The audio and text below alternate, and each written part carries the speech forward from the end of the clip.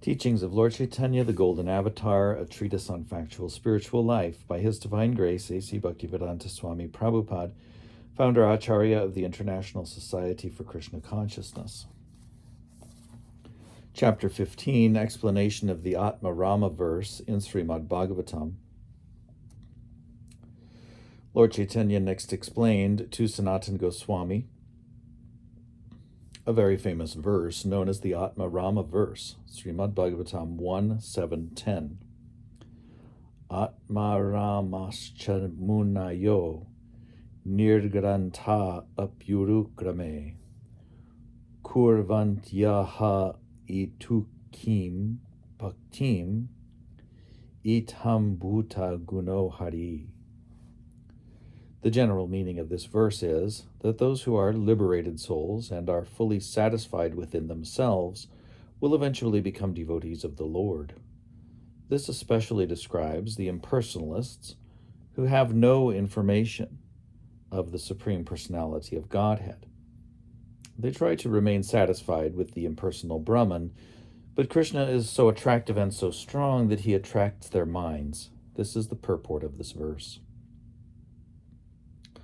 Lord Caitanya had previously explained this verse to the great Vedantist Sarvabhauma Bhattacharya. Sanatana Goswami, after taking lessons from Lord Caitanya, referred to this incident and prayed to the Lord to again explain the Atma Rama verse. Srila Krishnadas Kaviraj, the author of the Chaitanya Charitamrita, appreciating the Lord's explanation of the Atma Rama verse, has glorified Lord Caitanya in a prayer. Sanatana Goswami fell flat at the feet of Lord Caitanya and requested him to explain the verse as he had formerly explained it to Sarvabhauma Bhattacharya. Sanatana expressed his eagerness to hear the same explanation in order that he might be enlightened. When the Lord was thus requested by Sanatana, he replied, quote, I do not understand why Sarvabhauma Bhattacharya so much appreciated my explanation. As far as I am concerned, I don't even remember what I said to him. But because you are asking this of me, with the help of your association, I shall try to explain whatever I can remember, unquote. Thus, the speaker and the audience are very intimately connected. The speaker is enlightened by the presence of the audience. The speaker, or master, can speak very nicely on transcendental subject matters before an understanding audience. Therefore, Lord Caitanya said that he did not know how to explain the Sanskrit verse, but that since he was in the association of Sanatana, he would try to explain it. The Lord then went on to point out that there are 11 words in the Atma Rama verse.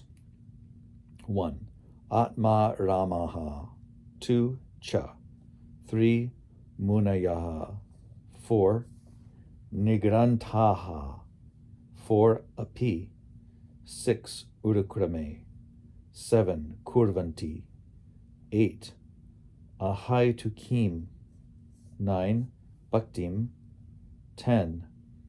Itam Bhuta Gunaha. And 11. Hari. The Lord then began to explain each and every one of these words. As far as the word Atma Rama is concerned, the Lord explained that the word Atma means 1. The Supreme Absolute Truth, 2. The body, 3. The mind, 4. Endeavor, 5. Intelligence, 6. Conviction, and 7. Nature. The word Arama means enjoyer. Therefore, anyone who takes pleasure in the cultivation of the knowledge of these 7 items is known as Atma Rama. Later, the Lord would describe the different kinds of Atma Ramas, or transcendentalists. As for the word Munayaha, or Muni, those who are great thinkers are called Munis. Sometimes the word Muni is also applied to a person who is very grave. Great sages, great austere persons, great mystics, and learned scholars are also called Munis. The next word, Nigranta, indicates freedom from the bondage of illusion. Nirgranta also means one who has no connection with scriptural injunctions. Granta means revealed scriptures, and nir is an affix which is used to mean no connection, constructing, and also prohibiting. There are many instructions for spiritual realization, and persons who have no connection with such scriptural injunctions are known as nirgrantha. There are many people who are foolish, low-born, and misbehaved, and who have no entrance into the revealed scriptures and injunctions, and therefore they are called nirgrantha. Because the word grantha can also mean collected riches, the word nirgrantha also indicates a poor man, bereft of all riches, who is attempting to collect riches. The word urukram is used to indicate a highly powerful person. Since the word krama is used to indicate the act of stepping, the word urukrama also indicates one who can step forward very far. The greatest step forward was taken by Lord Vamanadev, who covered the whole universe in 2 steps. Thus, the Supreme Lord Vamanadev is also known as Lord Urukrama. This extraordinary feature of Lord Vamanadev is explained in Srimad Bhagavatam 2.740. Vishnurnu virya gananang katamo ratiha ya parthi vanyapi kavir vimame rajangsi chakshambha ya swa ranghasas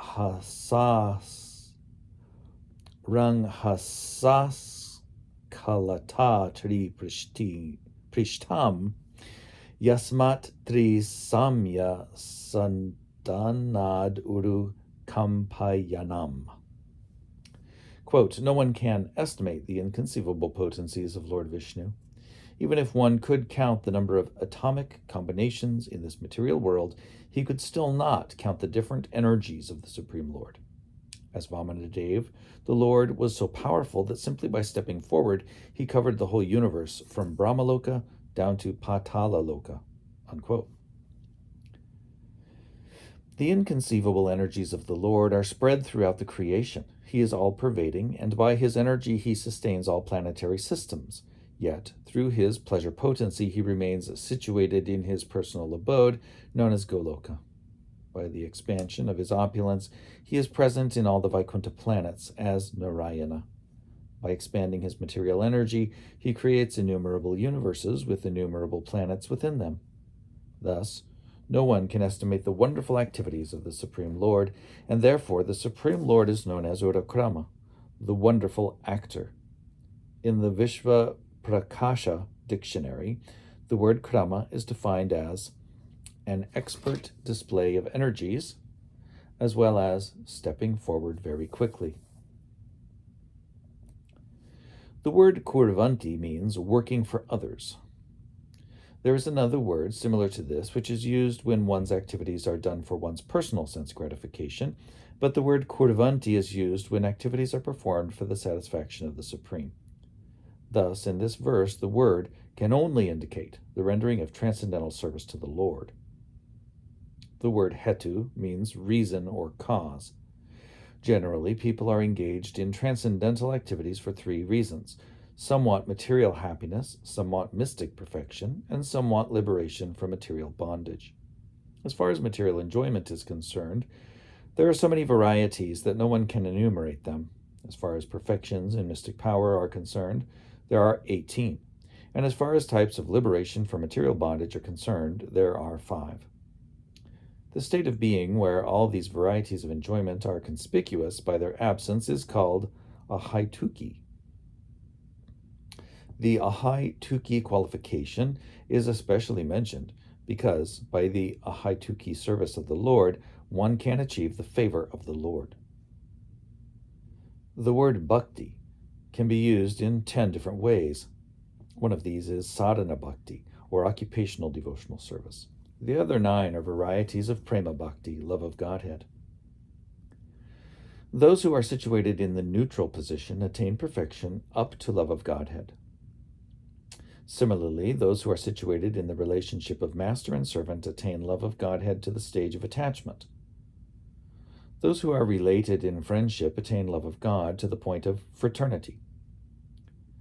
Those who are in love with God as his parents are elevated to the point of transcendental emotion, but only those who are related with the Supreme in conjugal love can experience the highest of ecstasies. These are some of the different meanings of the word bhakti. The Lord next explained the different meanings of itam bhuta guna. Itam bhuta indicates full transcendental pleasure, before which even the transcendental pleasure known as Brahmananda becomes like straw. In the Hari Bhakti Sudhodaya 1436, a devotee says, Twat sakshat karanalada vishuddhabhi stitasyame sukhani goshpadayante brahmanyapi jagadguru. Quote, My Lord, O Supreme, simply by understanding you or seeing you, we derive a pleasure so great that the pleasure of Brahmananda becomes insignificant. Unquote. In other words, the pleasure derived by understanding Krishna as he is, as the all-attractive reservoir of all pleasures, and the reservoir of all pleasure-giving tastes with all transcendental qualifications, attracts one to become his devotee. By virtue of such attraction, one can give up fruitive activities and all endeavors for liberation, and can even abandon the intense desire to achieve mystic power through success in yoga. The attractive power of Krishna is so intense that one loses respect for all other means of self-realization and simply surrenders unto the Supreme Personality of Godhead. Next, the Lord explained the word guna. In the Atmarama verse, guna indicates the unlimited transcendental qualities of Krishna, preliminarily, the unlimited transcendental qualities of Krishna, primarily those pertaining to his Sat-Chid Ananda form. In his transcendental blissful knowledge and eternity, he is fully perfect, and his perfection is increased when he is controlled by the attention of his devotee. God is so kind and merciful that he gives himself in exchange for the devotional service of the devotee. His transcendental qualities are such that his perfect beauty, his perfect reciprocation of love between himself and his devotees, and the fragrance of his transcendental qualities attract different kinds of transcendentalists and liberated souls. For example, Krishna attracted the mind of Sanaka and the other Kumaras simply by the aroma emanating from the flowers offered to him. And he attracted the mind of Shukadev Goswami by his transcendental pastimes. The minds of the damsels of Vrindavan were attracted by his personal beauty. Rukmini's attention was attracted by his bodily features and transcendental qualities, and the mind of the goddess of fortune was attracted by his flute playing and other transcendental features. In this way, Lord Krishna attracts the minds of all young girls. He also attracts the minds of elderly ladies by his childlike activities, and the minds of his friends by his friendly activities. When he appeared in Vrindavan, he even attracted the birds, beasts, trees, and plants. Indeed, everyone became attracted in love and affection for Krishna. The word Hari has different meanings, of which two are principal. The name Hari indicates that Krishna takes away all inauspicious things from the devotee's life, and that he attracts the mind of the devotee by awarding him transcendental love of Godhead. Krishna is so attractive that anyone who can somehow or other remember him becomes freed from the four kinds of material miseries. The Lord gives special attention to his devotee and banishes the devotee's various sinful activities, which are stumbling blocks for the advancement of devotional service. This is called routing the influence of ignorance. Simply by hearing about him, one develops love for him. That is the gift of the Lord. On one side, he takes away inauspicious things, and on the other side, he awards the most auspicious things. That is the meaning of Hari.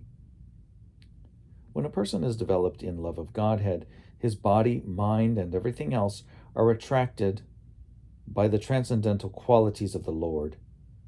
Such is the power of Krishna's merciful activities and transcendental qualities.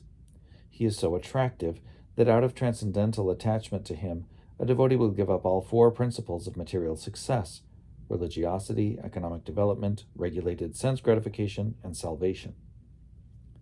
The words api and cha are adverbs and can be used for virtually any purpose. The word cha, or and, can render 7 different readings to the whole construction. The Lord thus established the import of the 11 words in the Atmarama verse, and then he began to further explain the verse as follows. The word Brahman means the greatest in all respects. The Lord is the greatest in all opulences. No one can excel him in wealth, no one can excel him in strength, no one can excel him in fame, no one can excel him in beauty, no one can excel him in knowledge, and no one can excel him in renunciation. Thus, the word Brahman actually indicates the Supreme Personality of Godhead, Krishna. In the Vishnu Purana 1.12.57, the word Brahman is said to indicate the greatest of all, the Supreme Lord, who, as the greatest, expands with no limit. One may conceive of Brahman's greatness, yet this greatness grows in such a way that no one can estimate how great he actually is. The Supreme Personality of Godhead is realized in 3 aspects, but they are all one and the same. The Absolute Truth, the Supreme Personality, Krishna, is everlasting. In Srimad Bhagavatam 2.9.33, it is said that he exists before the manifestation of this cosmic world, that he exists during its continuance, and that he continues to exist after its annihilation.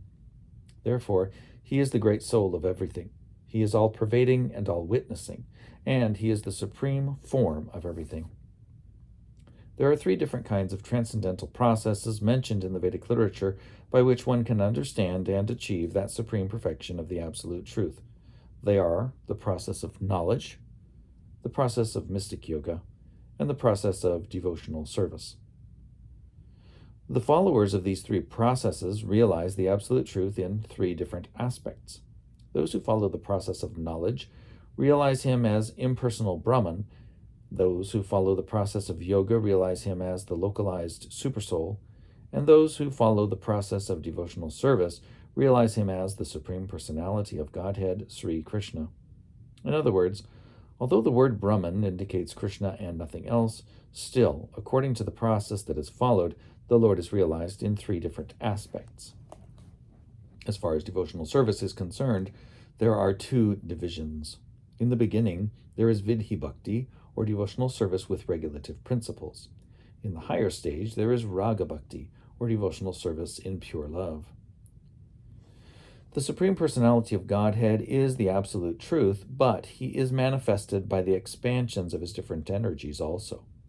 Those who follow the regulative principles of devotional service ultimately attain to the Vaikuntha planets in the spiritual world, but one who follows the principles of love and devotional service attains to the supreme abode, the highest planet in the spiritual world, known as Krishna Loka, or Goloka Vrindavan.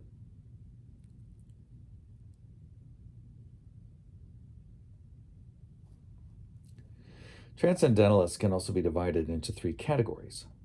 The word akama refers to one who does not have any material desires.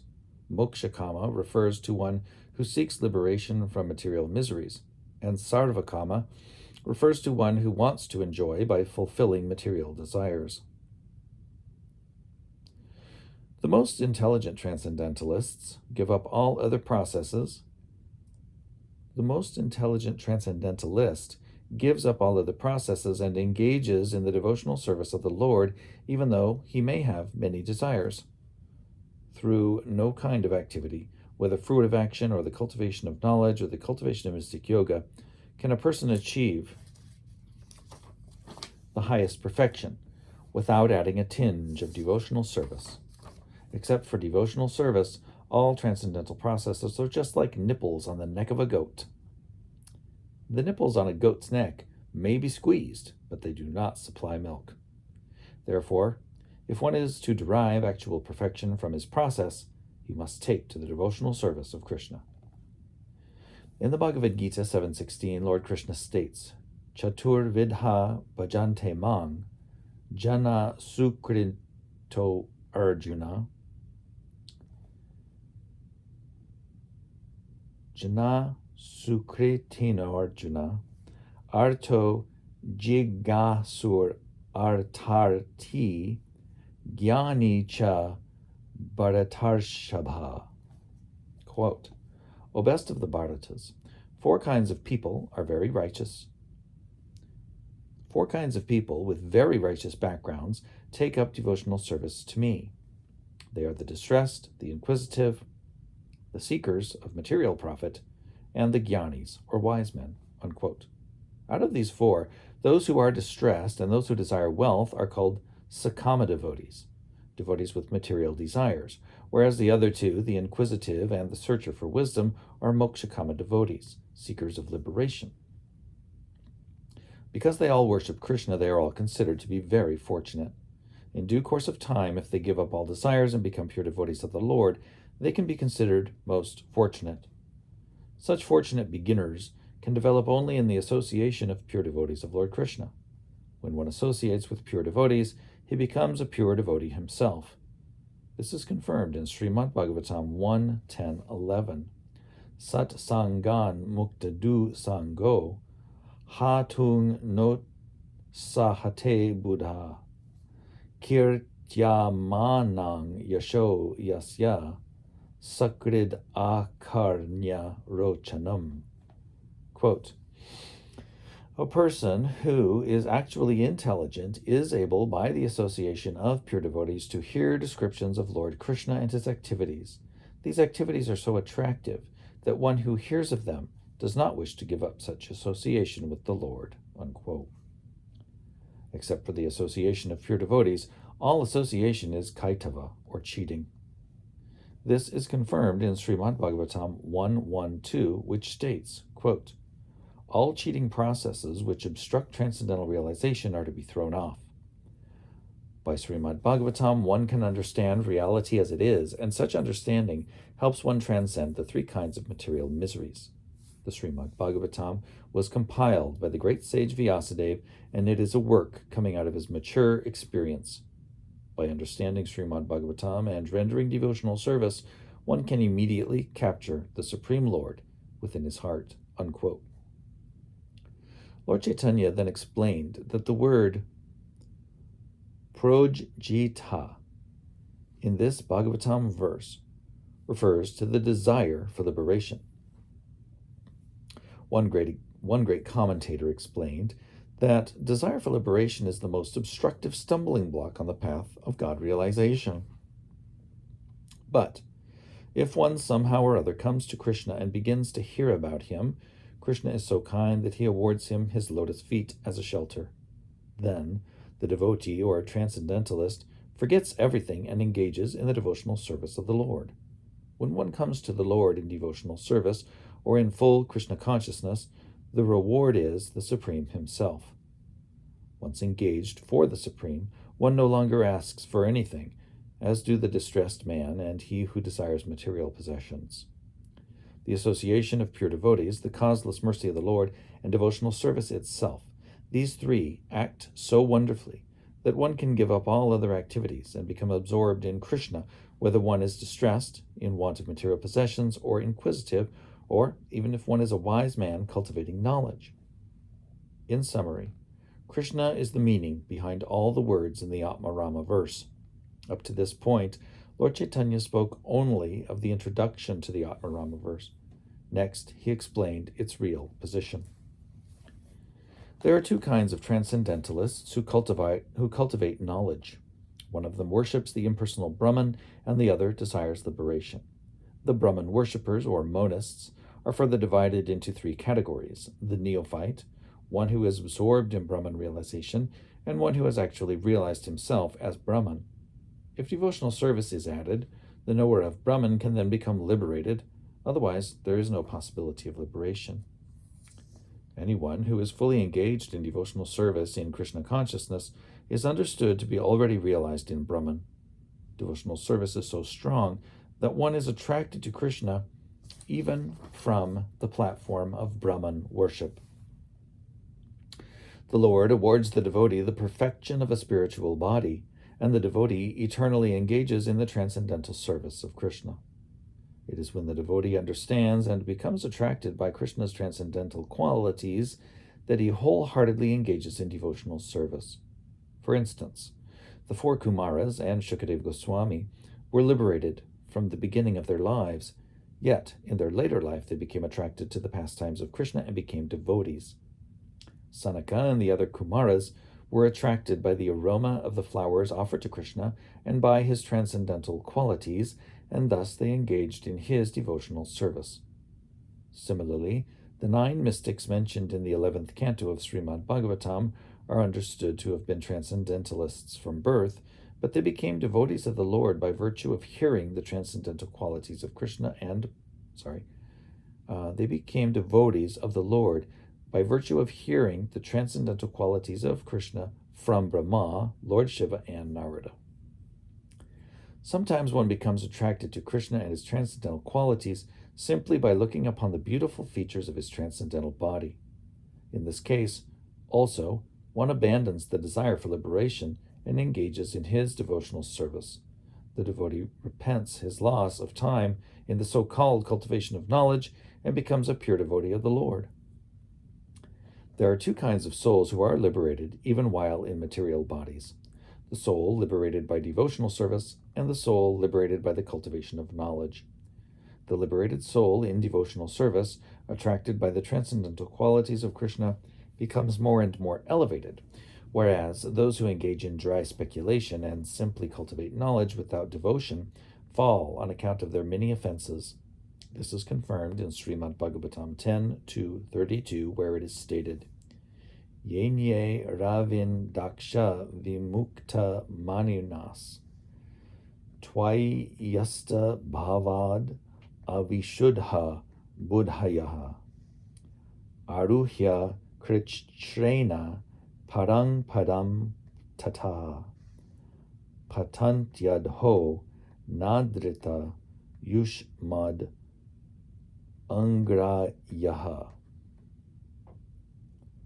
Quote, O Lord, the intelligence of those who think themselves liberated but who are without even a touch of devotional service is not pure. Even though they rise to the highest point of liberation by dint of severe penances and austerity, they are sure to fall down again into this material existence, for they do not take shelter of your lotus feet. Unquote. Lord Krishna confirms this in the Bhagavad Gita 18:54. Brahma bhuta prasannatma na shochati na kankshati sama sarveshu bhuteshu mad bhakting labhate param. Quote, one who is actually situated in Brahman realization is fully joyful, has no reason to lament or desire anything, and is equal to everyone. Thus, he is eligible for pure devotional service. Unquote. This was illustrated by Bilva Mangala Thakur, who in his later life wrote, quote, I was situated as a monist in order to become one with the Supreme, but somehow or other I contacted a naughty boy and became his eternal servitor. Unquote. In other words, those who attain self-realization by the execution of devotional service attain a transcendental body, and, being attracted to the transcendental qualities of Krishna, engage fully in pure devotional service. Anyone who is not attracted to Krishna is understood to be still under the spell of Maya, but one who is attempting to be liberated by the process of devotional service is actually liberated from this spell. In the 11th canto of Srimad Bhagavatam, there are many instances recorded of devotees who became liberated in this life simply by engaging in devotional service.